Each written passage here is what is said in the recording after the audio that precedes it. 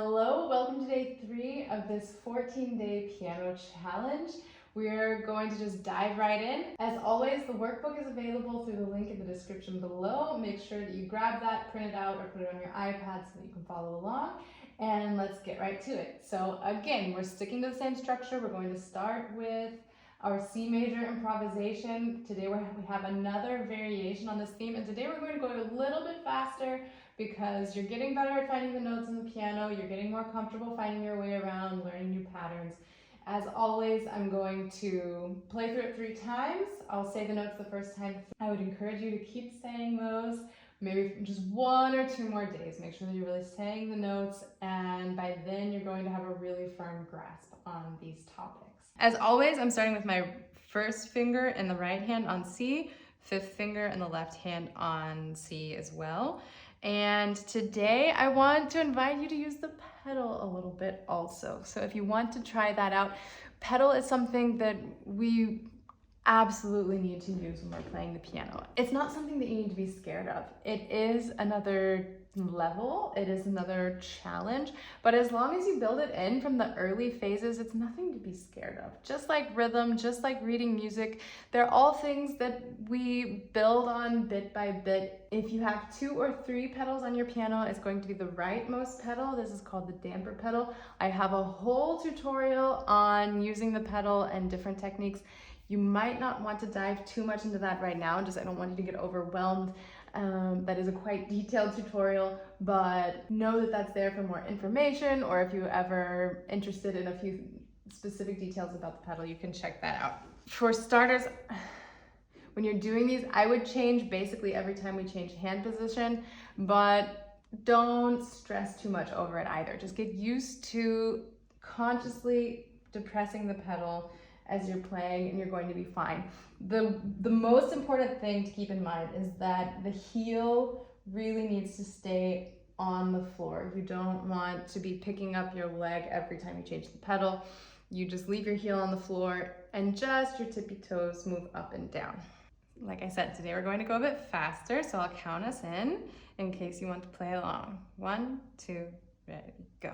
C, E, G, E, C, E, G, A, C, E, C, A, C, E, C, F, A, C, A, F, A, C, A, G, B, D, B, G, B, D, B.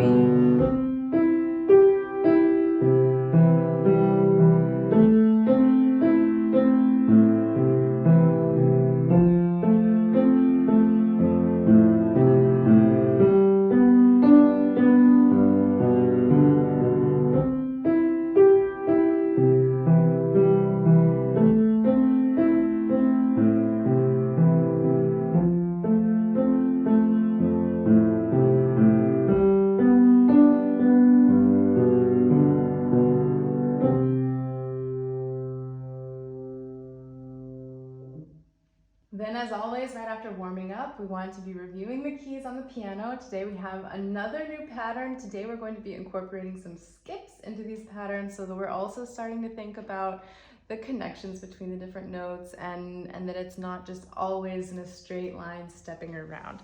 So our first pattern for today is C, A, B. And from there, we're moving to F, A, G.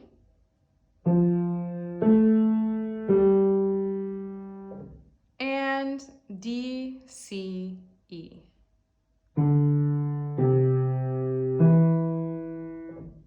As always, feel free to go through that a couple of times. Feel free to play that all over the piano so that you're not just focusing on the middle of the piano, but playing up high, playing down low, jumping around between positions.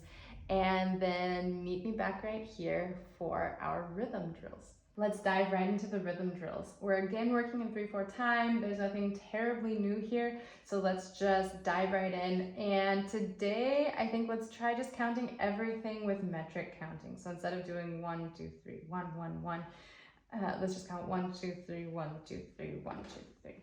So I'll count us in, and I want you to try and just keep going no matter what happens this time through. 1, ready, go. 1, 2, 3. 1, 2, 3. 1, 2, 3. 1, 2, 3. 1, 2, 3. 1, 2, 3. 1, 2, 3. 1, 2, 3. Do that a couple of times if you had trouble anywhere. If not, then let's keep moving forward. So today, it's actually the same rhythm that we looked at yesterday, full disclosure. Today, we're just getting used to reading it on the staff a little bit as well. It's the same thing. We're not naming notes, we're just doing the rhythms, and we're just keeping track of where we are in the measure. So let's go from the top. 1, ready, go. 1, 2, 3. 1, 2, 3. 1, 2, 3. 1, 2, 3. 1, 2, 3. 1, 2, 3. 1, 2, 3. Hold 2, 3. And maybe as a bonus challenge, let's do name the notes this time. So in that case, it is important to just count each note because it's not possible to name the notes and keep track of the beats within the measure. But just a little reading exercise for you here today, in addition to the rhythm. So we're starting on E. I'll count us in. 1, ready, go. E, 2, F, F2, E, E, D, F, F2, E, E, D, F, F2, E, E, 2, 3, 4, 5, 6. Today we don't have any new melodies, we're just reviewing the ones that we've worked on already, but we're adding a new layer to each of these. So today we're starting to look at dynamics. Dynamics just mean how loudly or quietly we're playing at any given moment, and we're starting with just 2 dynamic markings. The piano used to be called the pianoforte because, unlike the harpsichord, the piano's predecessor, the piano can make really gradual differences in dynamics from very quiet to very loud.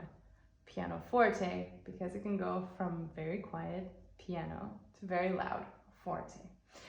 And so when we're playing these 2 melodies that we've learned already, we're going to be incorporating that. When we play Ode to Joy, we're going to be playing forte or loud because it's a joyful piece.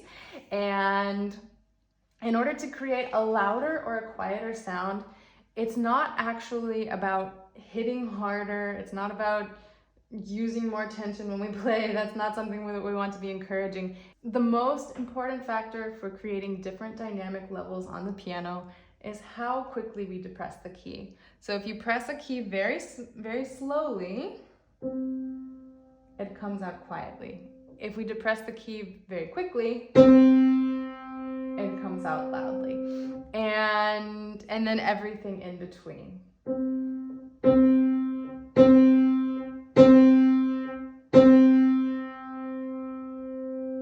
Feel free to play around with variations to these dynamics as you're playing through the pieces, but for now, I'm just going to perform Ode to Joy with you. Feel free to play along with me or to listen and then copy right after. And then I'll do the same with the Barcarolle. I'm going to show you these pieces hands together, just because if you're interested in doing that, I want you to have something that you can model after, that you can see, that you can copy. And so we'll start with Ode to Joy, and both hands have the 3rd finger on E. And we're playing forte, don't forget.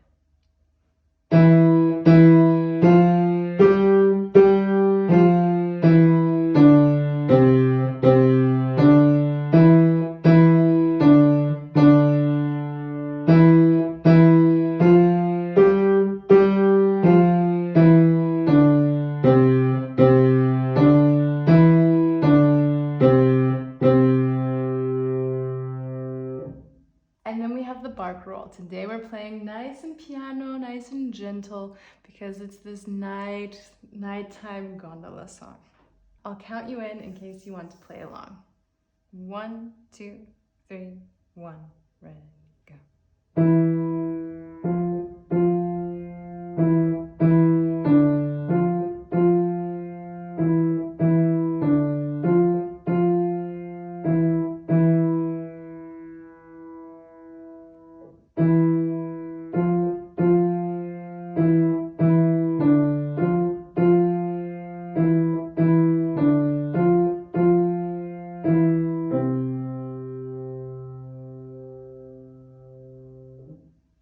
reading, we're practicing the landmark notes. This is one of the last times that I'm going to show you this slide. It might be the last time, I don't remember anymore.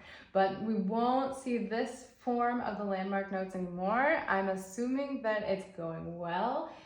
As always, these videos aren't going anywhere, right? So if it's still kind of a struggle, just keep referring back to these earlier videos in the challenge, and you have those to access all the time as much as you want. So we have our bass clef, F. We have our middle C in the bass clef.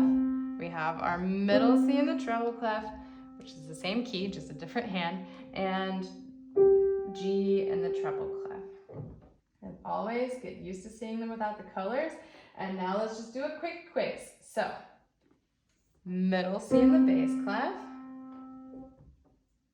F in the bass clef, G in the treble clef, and then we have a quick reminder of what our steps look like, our seconds, and what our thirds look like, our skips. So we have the lines, and that's how they look when they're played together, or when they're in the spaces, and when they're played together. And now let's quiz a little bit more. So today I'm going to go a little bit faster than I've been going the other days. If it's too fast, just press pause before I have the chance to spit out the answer, and take your time figuring it out on your own. Okay, ready? F, G, C, B, F, D, I almost said it backwards. G, F, G, B, this one's backwards, D, F, E, F, C, D, G, E, G, A, C, A, C, E.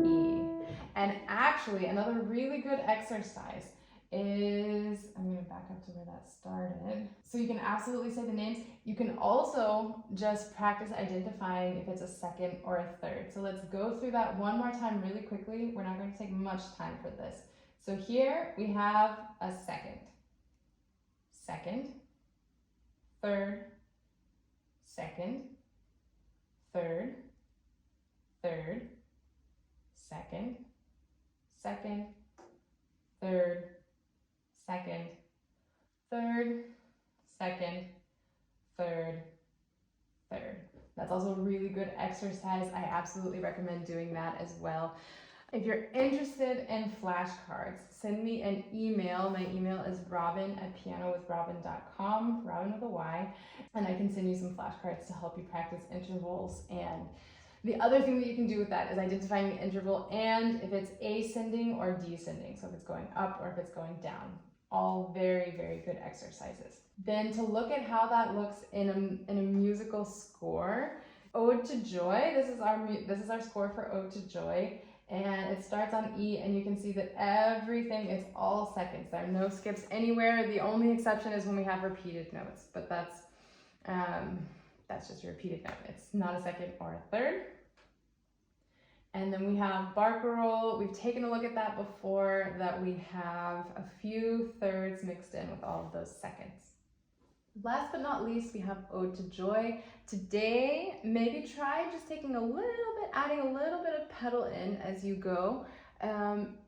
It's not really something that you can use through the entire song, but just experiment. See how it sounds, see what you think, see how it feels, coordinating between the hands and the feet and counting and keeping track of where you are and everything, because you've practiced this for a few days now, you're starting to get it under your belt, and you can start to work in new elements here. You can also start to think about what you want to do for dynamics. I didn't put anything in the score for you on this song, so it's really up to you, the atmosphere that you want to create, because dynamics, that's a lot of where we get color in music and create this atmosphere with our music. So I invite you to experiment with that today as well.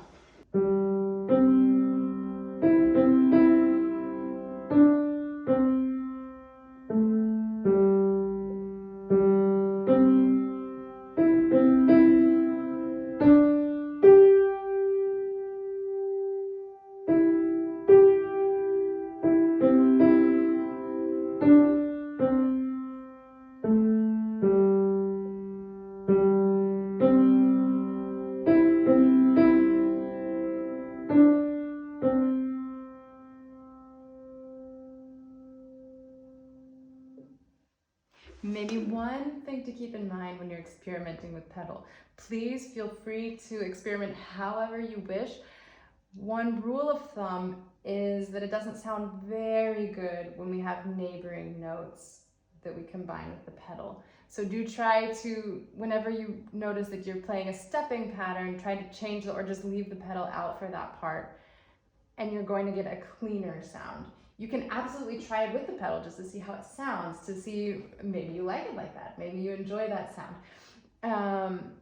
But do experiment with this idea of, okay, more pedal when it's jumping around a bit, or how does it sound if I use the pedal when the pattern is stepping instead of skipping? And that's it for day 3. Thank you so much for joining me on this journey. I'm so excited to hear about all of your progress and how much you're learning, and to answer any questions that you have. So as always, please give this tutorial a like if you've enjoyed it, if you've learned something. Let me know in the comments below if you have any questions or any comments that you want to share some wins, that it's the 3rd day and yeah, I'm finally finding the notes on the piano a lot faster, or I'm starting to understand the reading better, or you know, I'm not crazy about the rhythm drills, but I do see that they're working. Things like that. I'm really looking forward to hearing all of your feedback. I do my best to answer every single comment that I receive. I'm not always super fast if it's been a while since a video's come out, but I do read every single one and I do my best to answer, so please let me know below. Until tomorrow, happy practicing.